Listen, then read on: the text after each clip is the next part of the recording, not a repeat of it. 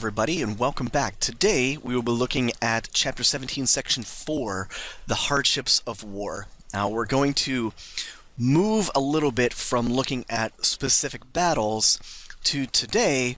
The essential question that we're going to try and answer is, how were the effects of the Civil War felt throughout the United States? Now, I like to do this whenever we talk about wars and talk about conflicts and look not only at what's going on in the war, but also how that's affecting the country as a whole, how it's affecting people in the North, how it's affecting people in the South, how it's affecting people at home, how it's affecting the soldiers. So we study history so that we can know about our shared past and about the people that came before us. So today, we're really going to be looking and trying to look at the people that were involved from all walks of life. So we're going to look at that, and I'm going to start things by looking at our key terms, because there's a lot of them, and some of them will come up in future discussions in American Nation as well as just life in general. So it's a good idea to have a basis about what we will be discussing. So, key terms. Copperhead, and this is Northern opponents of using force to keep the South in the Union, not Copperhead the snake.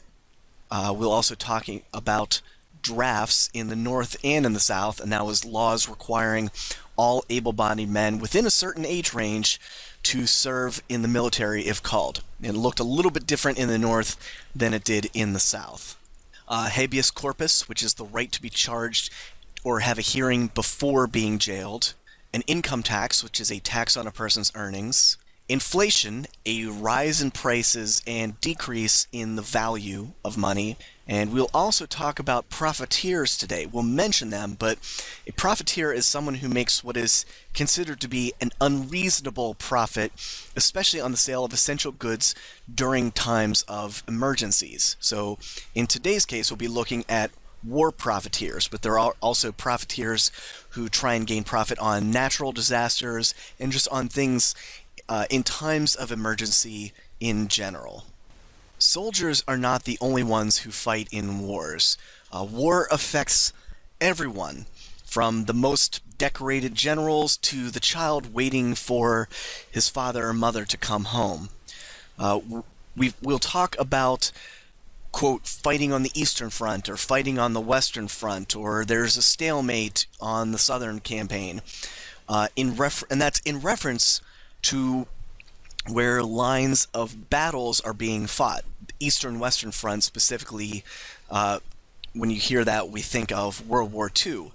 But today we're going to discuss a different front, and that would be the home front.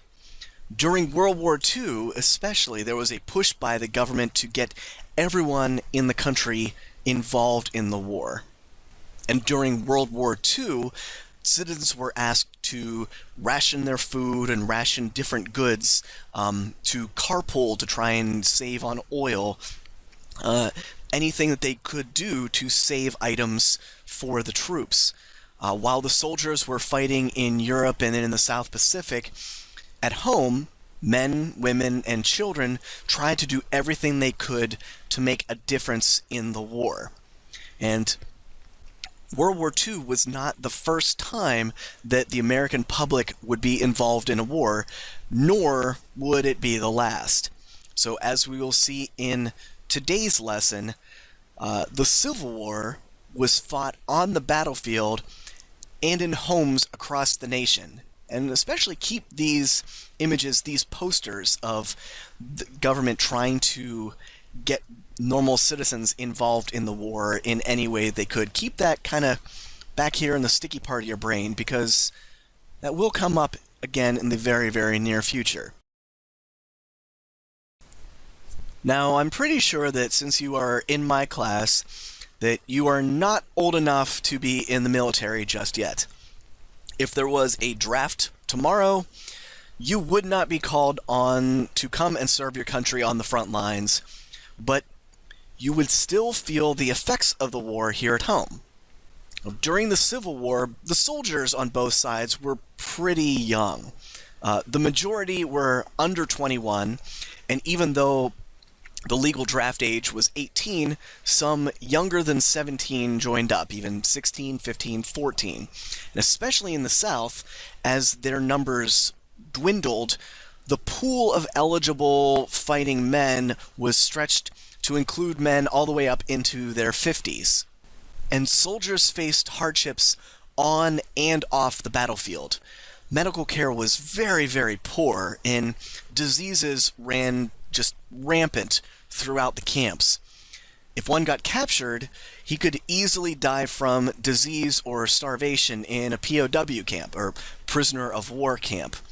And many ended up deserting, which deserting means leaving before they had completed their term of service. And many ended up deserting because life of a soldier was just way too difficult. 1 in 7 Union soldiers deserted, while 1 in 9 Confederate soldiers deserted. So this was a huge problem throughout the war on both sides. And our first video is going to look at the harsh situations that these soldiers had to endure, specifically with wounds and disease, and the very, very poor medical attention that they could receive at this time. Sanitary conditions were generally no better. Cooking utensils were usually cleaned by scouring them with stones or sandy dirt. Camp latrines were simply open ditches. Drinking water was taken from any handy stream or pond or puddle. During a campaign, the nearest thicket or fence served as a toilet. It's not surprising that disease killed 4 times more Civil War soldiers than were lost in battle. When the average soldier was sick, his first reaction was usually to try to cure himself, using the home remedies he was familiar with. If this didn't work, he had no choice but to turn out for sick call and report to the regimental surgeon. Every Civil War regiment had a surgeon. While the majority were at least well-intentioned, the level of competence varied widely. Most surgeons, competent or not, too often simply found themselves trying to do too much with too little. Medical science in the 1860s hadn't yet made the link between germs and infection, so sterilizing instruments or dressings was unheard of. The variety of drugs and medicines available to the surgeon was limited. Opiates and powerful laxatives and purgatives, often made from roots and plants, were popular. Whatever their purpose or derivation, the main ingredient was usually alcohol. Civil War armies were made up primarily of men from rural backgrounds with little immunity or resistance to diseases. Early in the war, patriotic examining physicians passed as healthy thousands of men with handicaps or physical defects. Later, when both sides began conscription, many older men were taken from their settled existence and subjected to the hardships of campaigning. All these factors, combined with the state of medical care, the terrible sanitary conditions, and the typical soldier's diet, created a situation in which sickness and disease ran rampant. Epidemics of measles, smallpox, and typhus were especially prevalent in new troops. Malaria was common in summer, to be replaced in winter by pneumonia and rheumatism.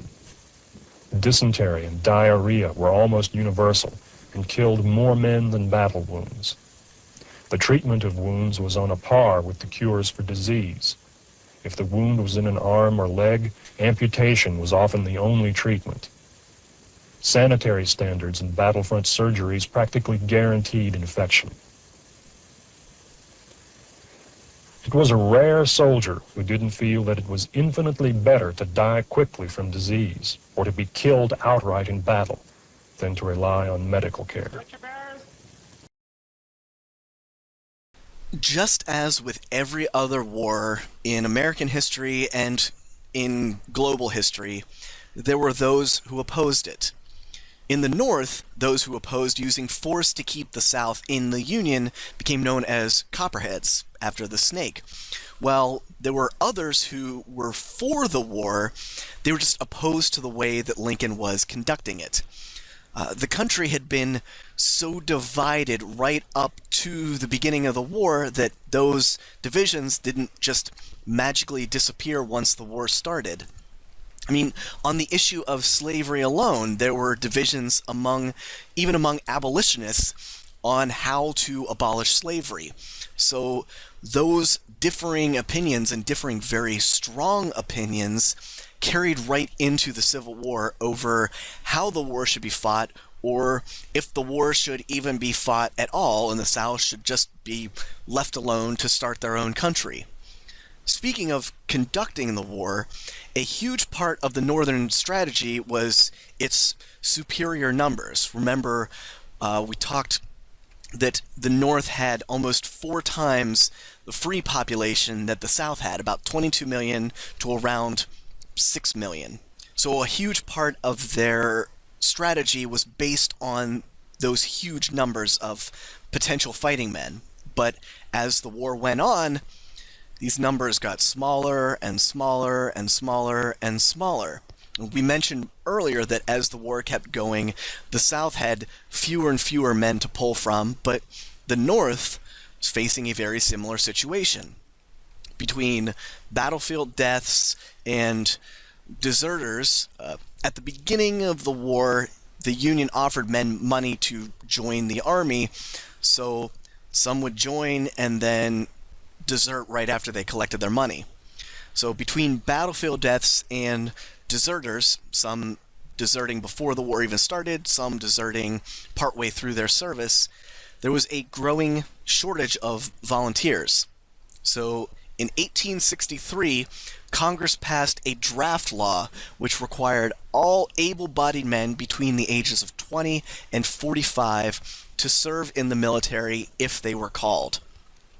Under this law, remember this is in the North, under this law, a man could avoid the draft by paying the government $300 or hiring someone to fight instead of him, causing many to call this war a rich man's war, but a poor man's fight. Now, many were opposed to this draft law, especially poor Northern workers and immigrants who felt that they would be competing with free African Americans for jobs. This is 1863, so the Emancipation Proclamation had just been issued a few months prior to this. So, as a result, riots broke out in many American cities in the North, and the worst of the riots was held in July of 1863 in New York City. The riot went on for 4 days, and depending on where you get your information, there was at least 74 people killed. Possibly more, but at least 74 people killed over the span of 4 days in these draft riots. So finally, to put an end to the riot, President Lincoln suspended the right of habeas corpus, or the right to be charged or have a hearing before jail. So he just suspended that to try and get things under control and get the riot to end the riot. Because at this time, public safety demanded it. So about 14,000 people were arrested from these riots, but very few were ever brought to trial or even charged with a specific crime. They were just arrested just to try and get things under order. Now, do you think that President Lincoln did the right thing?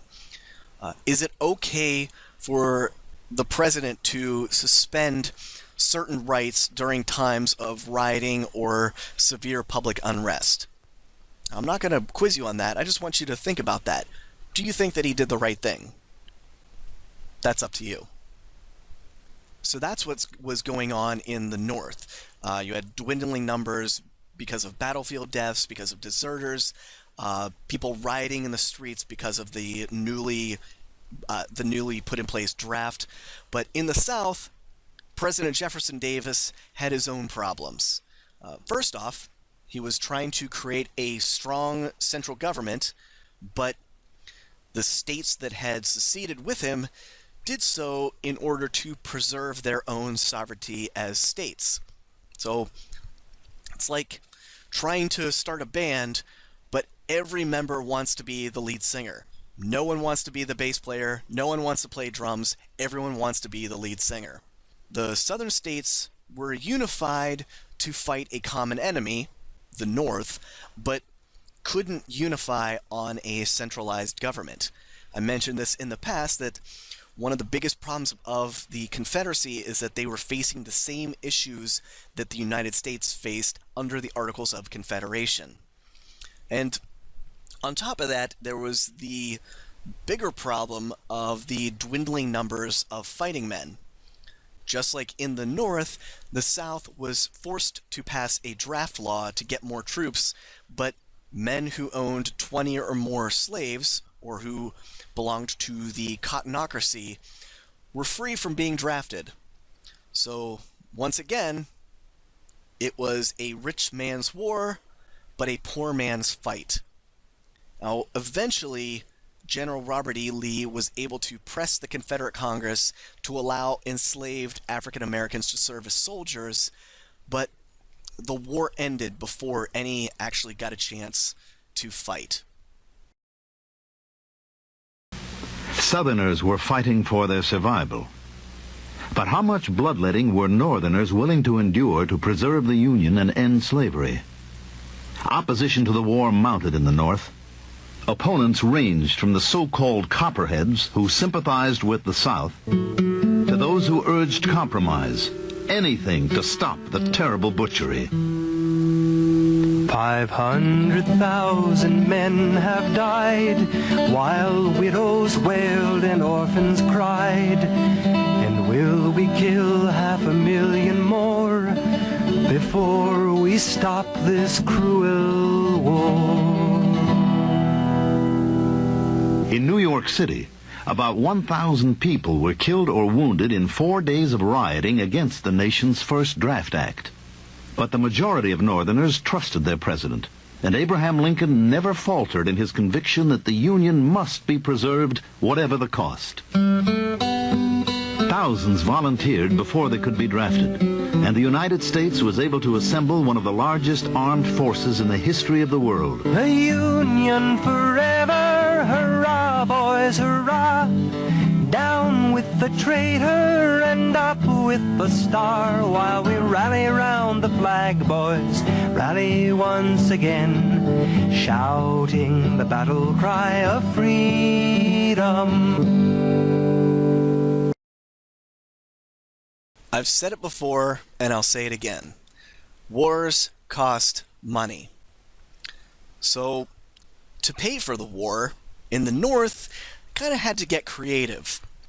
The Northern government issued bonds and created the very first income tax, which is a tax on a person's earnings or on their income.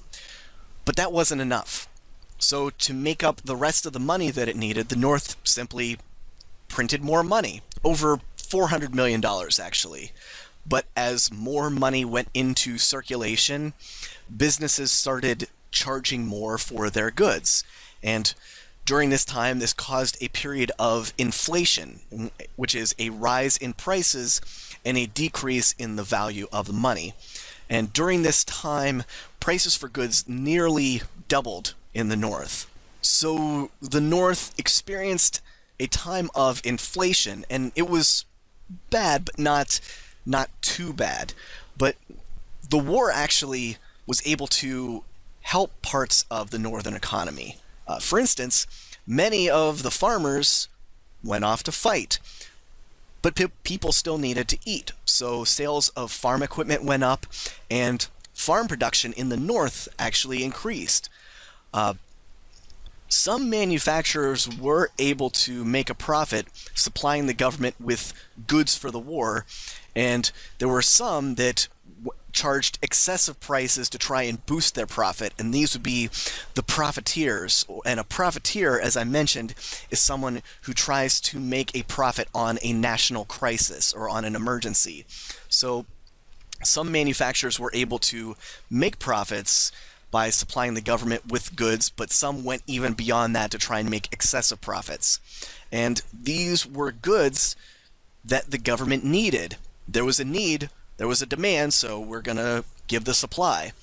So since there was a demand, manufacturers could charge higher prices to try and control the market. For shrewd northern businessmen, there were quick profits in Army contracts. Philip Armour gave up gold mining to strike it rich packing pork for the Army. Samuel Colt of Hartford told his men to run the armory night and day with double sets of hands. Jay Cook sold war bonds, raised more than $400 million for the Union, and got rich on the commissions. Unscrupulous contractors sold the War Department rusty rifles, boats that leaked, caps that melted in the rain. When one manufacturer was asked why the soles of the shoes he supplied fell off after a few minutes marching, he explained that they had been meant for the cavalry. You can sell almost anything to the government at almost any price. You've got the guts to ask.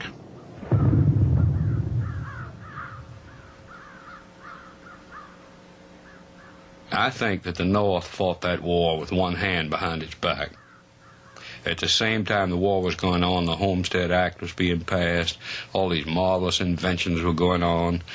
In the spring of '64, the Harvard-Yale boat races were going on, and not a man in either crew ever volunteered for the Army or the Navy. They didn't need them. I think that if it had been more Southern successes, and a lot more, the North simply would have brought that other arm out from behind its back. I don't think the South ever had a chance to win that war. So the economy of the North, in some ways, was actually helped by the war, but that was not the case in the South.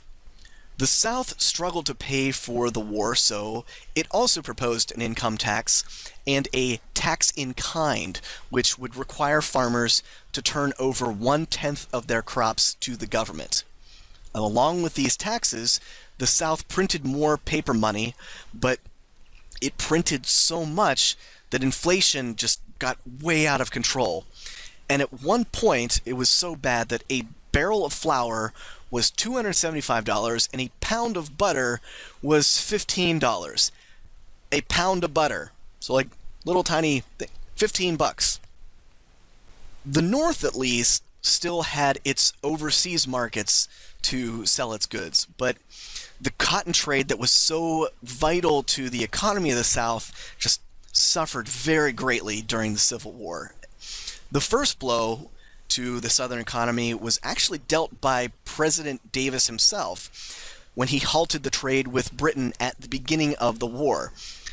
Davis believed and was under the impression that Great Britain depended so heavily on Southern cotton that they would side with the Confederacy in the war in order to keep the trade going. So Davis hoped that by halting trade with Britain that they would depend so much on Southern cotton that they would be forced to side with the Confederacy. Does that plan sound familiar? It is very, very similar to a plan that Thomas Jefferson had years before that, in which Britain and France were impressing American troops, so he called for an embargo on a ban on all trade with Great Britain and France, thinking that they depended on U.S. goods so much that they would leave us alone. Well, how did that work out for President Jefferson? Correct, not so great. How do you think it worked out for Confederate President Davis? Not so great. The plan backfired because Great Britain just simply bought more cotton from Egypt and India. Why buy from the South when we can buy from Egypt and India, who also happens to be one of Great Britain's colonies? The next blow was dealt by the North. Using its larger and much more powerful navy, the Union set up a blockade of southern ports. Now, we mentioned this in our first lesson, but we haven't really talked about the effects of it. What this blockade did was it created a severe shortage in goods that were necessary not only to the Confederate Army, but to the citizens of the Confederacy. The South didn't really have many factories of its own, and the ones that it did were very closely tied to the cotton industry. So most of the manufactured goods that they were accustomed to came from the North or from Europe. But now, those trade lines are blocked. So the South tried to compensate by building its own factories, but it was just too little too late. For the average citizen, the biggest shortage was in food. So plantations that had once fueled the cotton industry switched to growing crops and livestock, further limiting the cotton trade. To defend itself, the South would have to break the Union blockade near their seaports and protect their coastline. The newly formed Confederate government would also seek out the help from other governments, such as France and Britain. Hopefully, these European countries would be influenced by their need for the South's cotton. In 1861, most of the cotton in the world was grown in the South. And finally, the South knew they could win the war if they could capture the Union capital, Washington, D.C. Neither the North nor the South was fully prepared for the war. Initially, both sides went to war thinking it would be a short conflict. Lincoln called for Union volunteers for only 90 days. Many proud Southerners boasted that the war would be over in 2 months. Well, we figure this here war won't take more than a couple of months. We figure we can whip them Yankee boys and be back in time for the cotton harvest. We know them Yankee boys don't know how to shoot, and we're going to show them what for. The last group that I want to talk about today that played a very large part in the war were women. So we have men being drafted on both sides of the Mason-Dixon line, and even slaves and former slaves were taking up arms. But what about women? What contributions were women able to make in the war effort? Well, on both sides, women took jobs on the battlefield or worked in the jobs that had been left behind by the men. Also, women's aid societies provided food, clothing, and medicine for troops.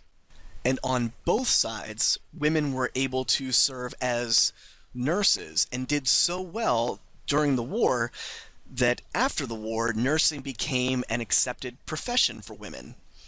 Some of the names we've heard before: Sojourner Truth, Dorothy Dix, Clara Barton. They served as nurses for the Union Army, and in the South, Sally Tompkins, who we're looking at right now, set up a whole field hospital. Now remember, at this time, women still didn't even have the right to vote, so being able to pursue nursing became an important way for a woman to improve her situation and further pursue education. And our final video is going to give an overview of life in the northern and southern home fronts, and it will be especially helpful for today's assignment. So let's watch this video and then we'll pick up with our assignment. Overall, life in the North for most of the population was very difficult. While husbands, fathers, and brothers were off to war, women were forced to take their place on the farms, in the factories, stores, and in the government offices. Women contributed to the war effort by supplying the troops with clothes and blankets, and by supervising sanitary programs, as well as working in factories manufacturing weapons and ammunitions. Ladies, I wish to thank you for letting me address you this afternoon. I need to speak to you on a matter of most importance. I am associated with the Sanitary Commission out of New York. Now, I know the war has been going on and we have given a lot of ourselves, but we need to give more.